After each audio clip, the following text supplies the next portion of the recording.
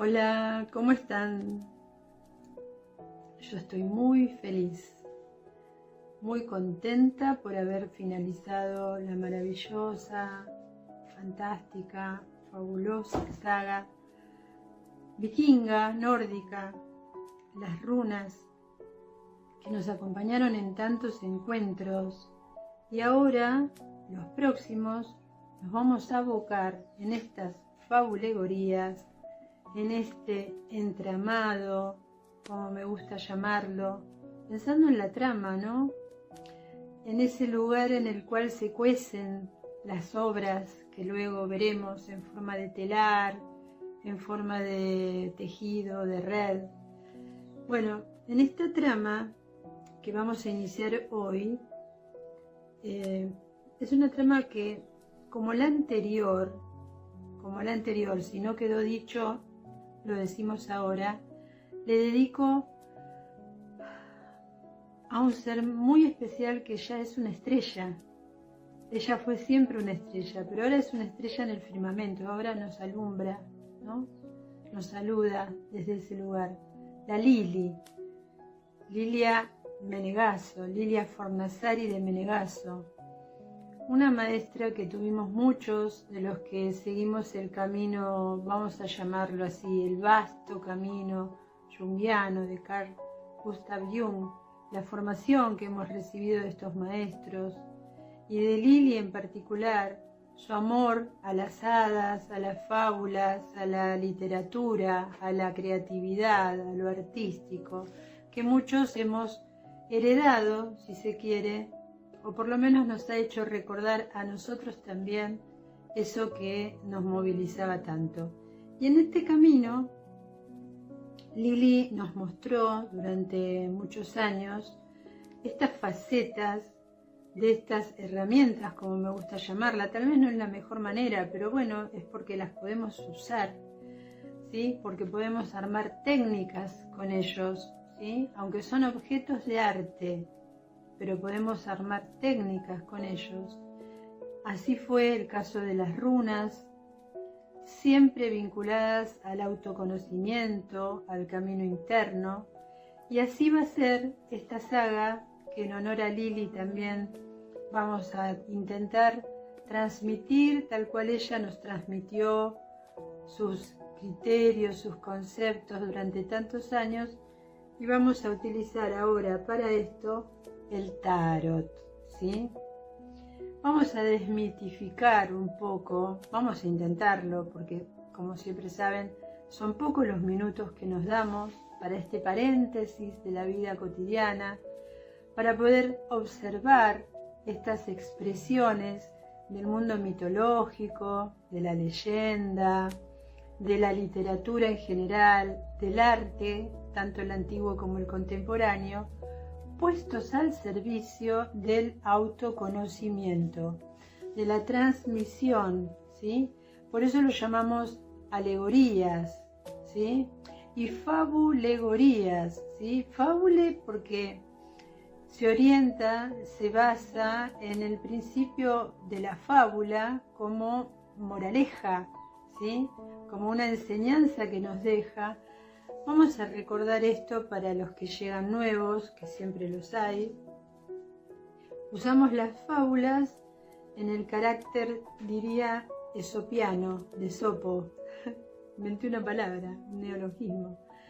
En el carácter de Esopo, que como bien un esclavo de 5 o 6 siglos antes de Cristo en Grecia, que como no podía hablar libremente, porque precisamente era un esclavo, comenzó a elaborar unos pequeños cuentos, ¿sí?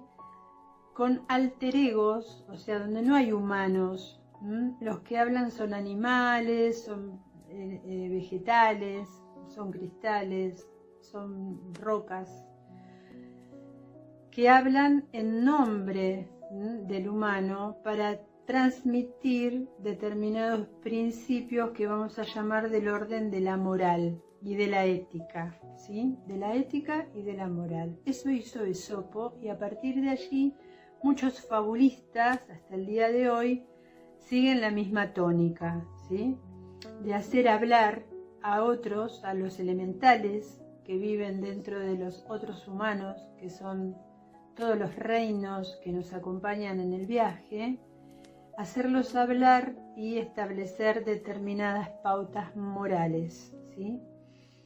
Por eso usamos ese principio de la fábula y las alegorías, porque bueno, precisamente aquí en los arcanos mayores del tarot vamos a encontrar fabulosas alegorías acerca de los personajes que habitan con el nombre de arquetipos, que es el nombre con el cual Jung los trasladó al campo de Occidente. Estos arquetipos, o sea, estas estructuras que habitan el inconsciente de todos nosotros, de acuerdo a las culturas a las que participamos o de las que provenimos, se manifiestan, ¿sí? O hacen resonancia en determinado momento para acompañarnos, ayudarnos al recorrido de nuestro camino interno. Cuánta palabra, ¿no? Para poder explicar esto. Vamos al tarot. Vamos a desmitificar un poco, porque bueno, en los últimos decenios, asistimos a una reproducción permanente, ¿sí? A través de las redes, bueno, de las formas de comunicación que tenemos en los últimos decenios, de estas herramientas, a veces, no siempre por supuesto, vulgarizadas, ¿no? Diría Carl Jung, produciendo la caída en un espíritu de la época, diría él, en el espíritu de la época en la cual todo se banaliza, todo es rápido, todo es fast food, todo es fast, ¿no? Todo es rápido, todo es ya, y todo es efímero, ¿sí? Me acuerdo de una obra maravillosa, La modernidad líquida, de Bauman, por ejemplo, ¿no? Donde todo se licúa rápidamente. Y también los arcanos del tarot han sido licuados, ¿sí? A través de la información y vaciados tal vez de contenido, del contenido simbólico que ellos tienen y con el cual nosotros podemos orientar algunos pasos de nuestra vida. Opiniones. Entonces, en los próximos 22,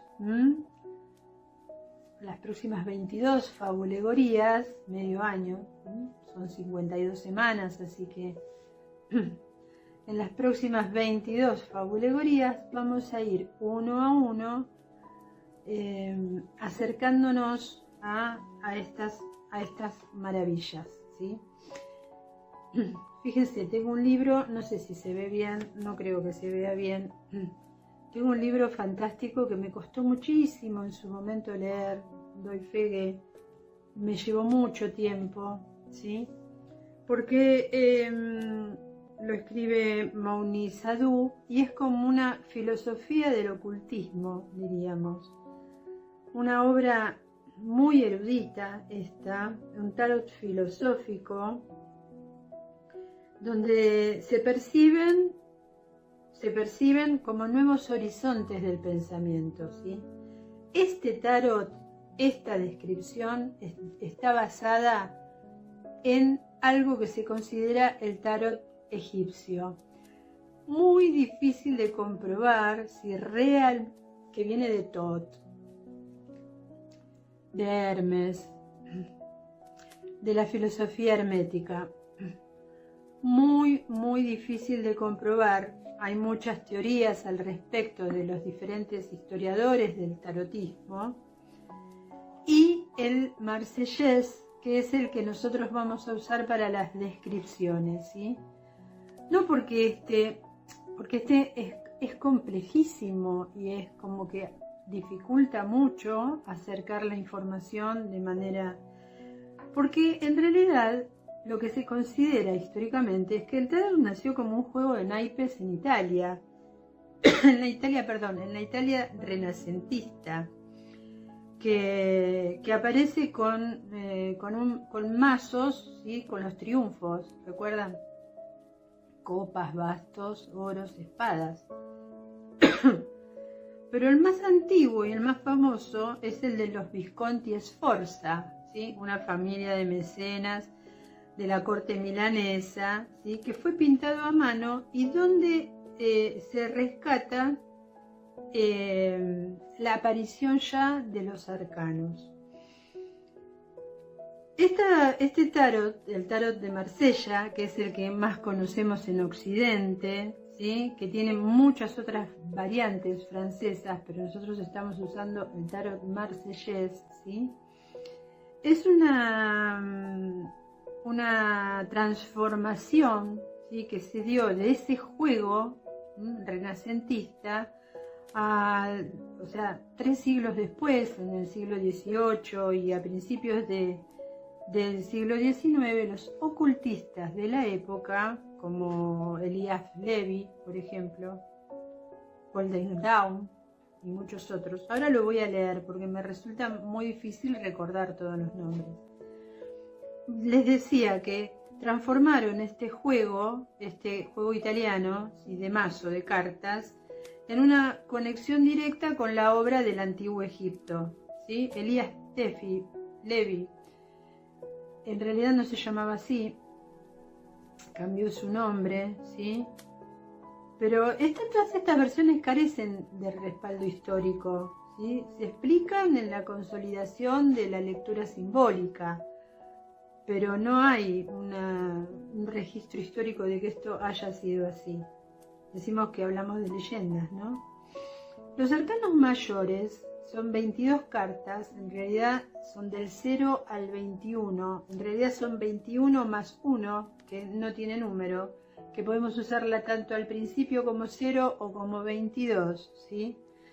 Que condensan la información arquetipal, ¿sí? de las grandes etapas de la experiencia humana. Fíjense, con estos, ¿sí? Podemos hacer lo mismo que dijimos con las runas. ¿Recuerdan las runas? Las 24 runas del alfabeto Futark.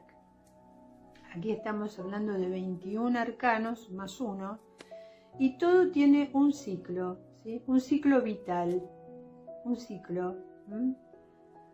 Les cuento una anécdota, ¿no? Para recordar estas cosas, cuando las estudiaba y demás en aquellas épocas, yo me hacía una especie de versos, de cuentitos, ¿sí? Donde llevaba un personaje al otro para poder recordar el ciclo que se cumplían con los 21. Ahora les voy a leer un cuentito de esos porque ayuda. Por lo menos a mí me ayudó muchísimo a hacer ese recorrido de los 21, porque hay en ellos un proceso al que Jung llama camino de individuación.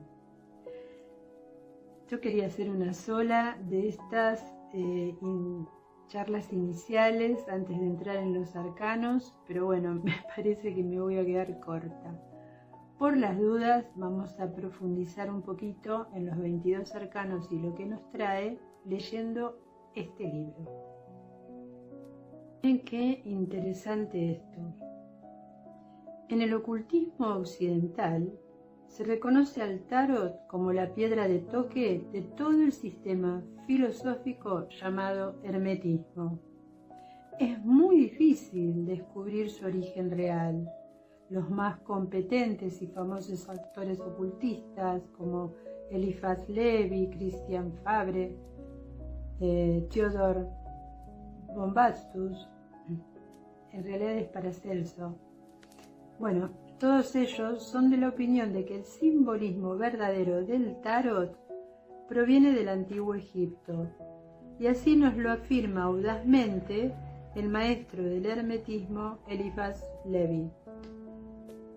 Esta clavícula, como él denomina a los arcanos del tarot, considerada perdida durante siglos, fue recuperada por nosotros y pudimos abrir los sepulcros del mundo antiguo para hacer hablar a los muertos, contemplar los monumentos del pasado en todo su esplendor, comprender los enigmas de cada esfinge e ingresar en todos los santuarios.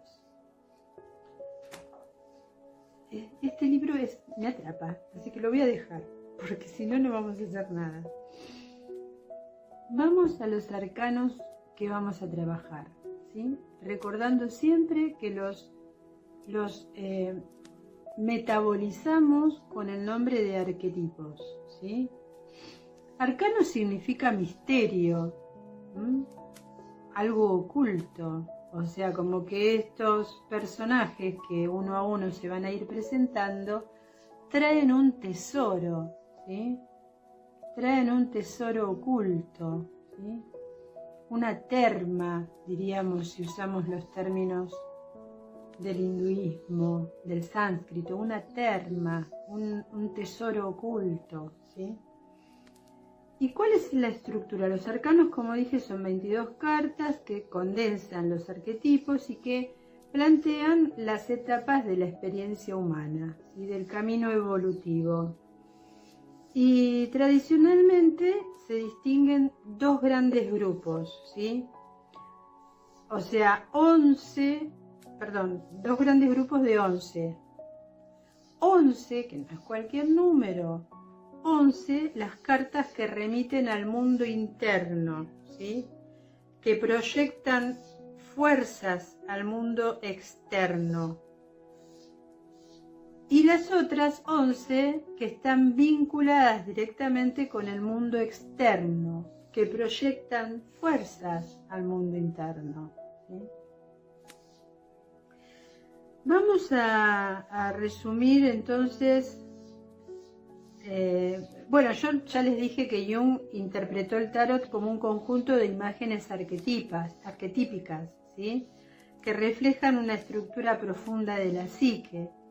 Como que cada arcano mayor puede leerse como una manifestación simbólica de los arquetipos, de esas estructuras internas que habitan en nuestro inconsciente y por lo tanto en el inconsciente de todos, al que llamó inconsciente colectivo, que está subsumido, que está emparentado con las culturas a las que uno pertenece, porque por ejemplo, lo que para mí puede ser un héroe, para otro puede ser un mártir, para otra cultura puede ser un mártir.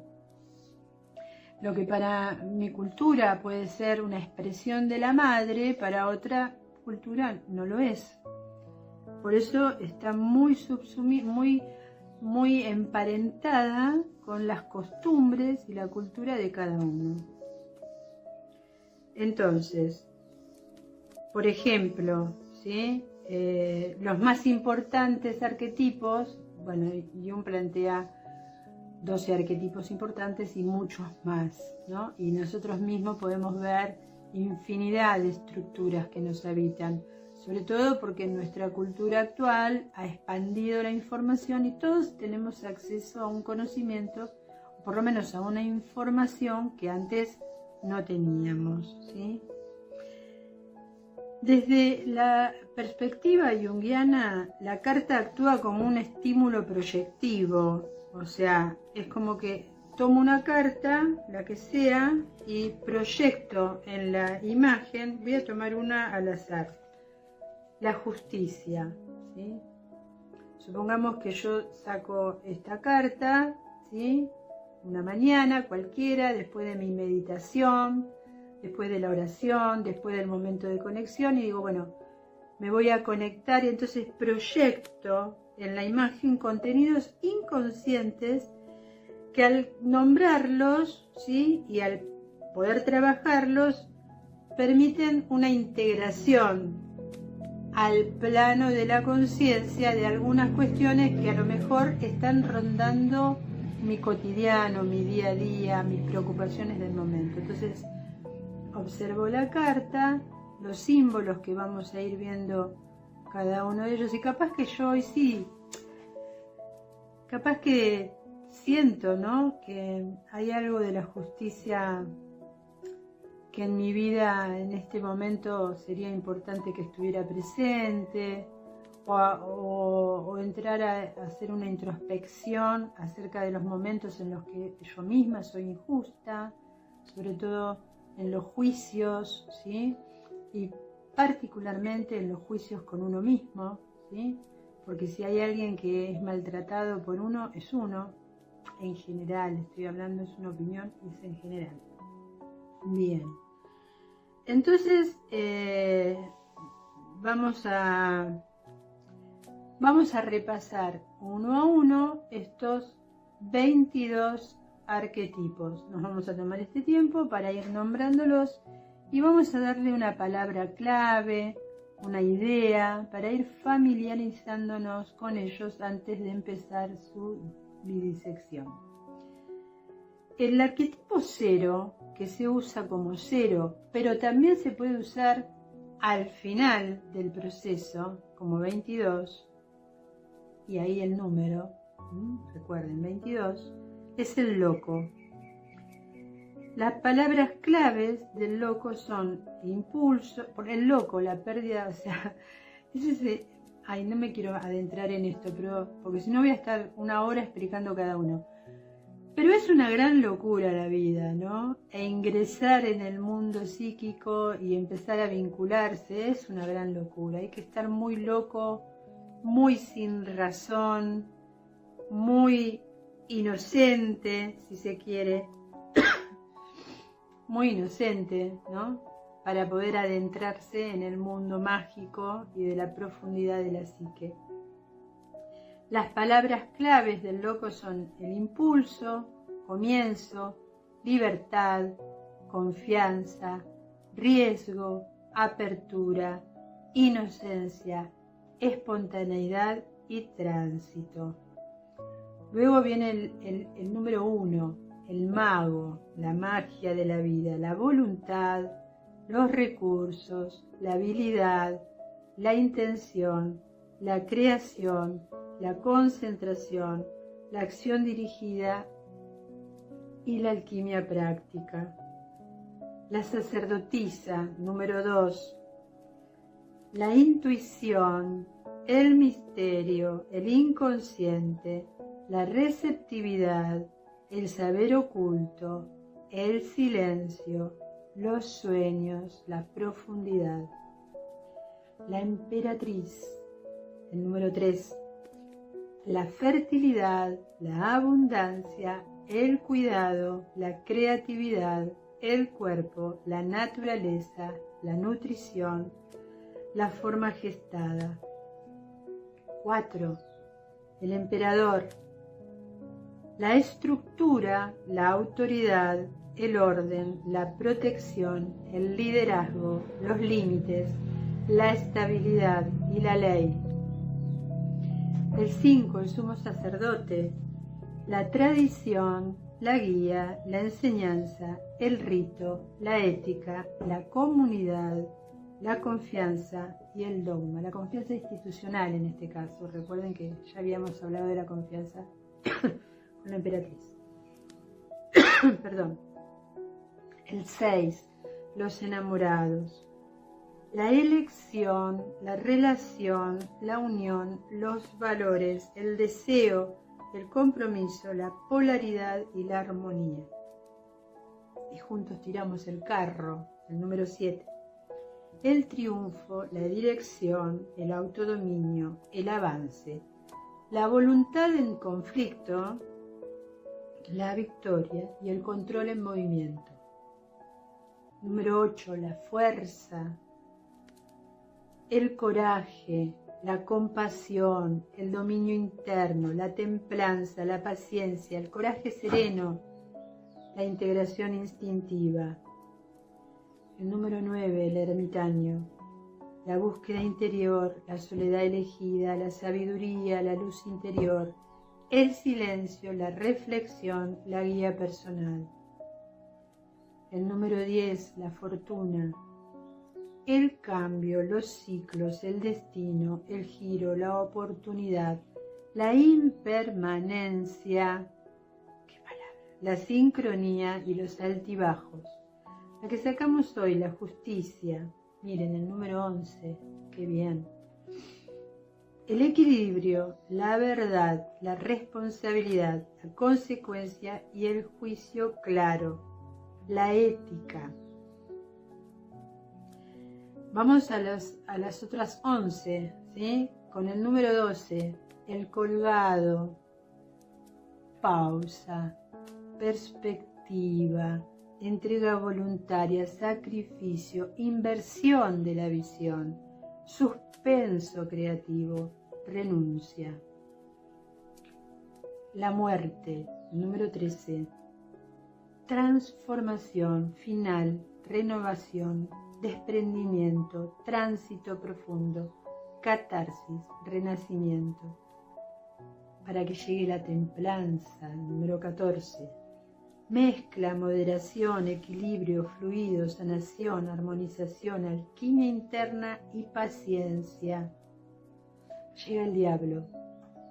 Número 15. Atadura, sombra, deseo compulsivo, ilusión, materialismo, tentación, reconocimiento de límites. La torre. Ruptura, catástrofe reveladora, colapso de estructura, sacudida, verdad abrupta, liberación forzada. Para que brille la estrella, número 17. Esperanza, inspiración, guía espiritual, calma renovadora, sueño, sanación, conexión luminosa. Para que llegue la luna. Incertidumbre, fantasía, miedo inconsciente, intuición nocturna, sombras, imaginación, mensajes simbólicos, el sol.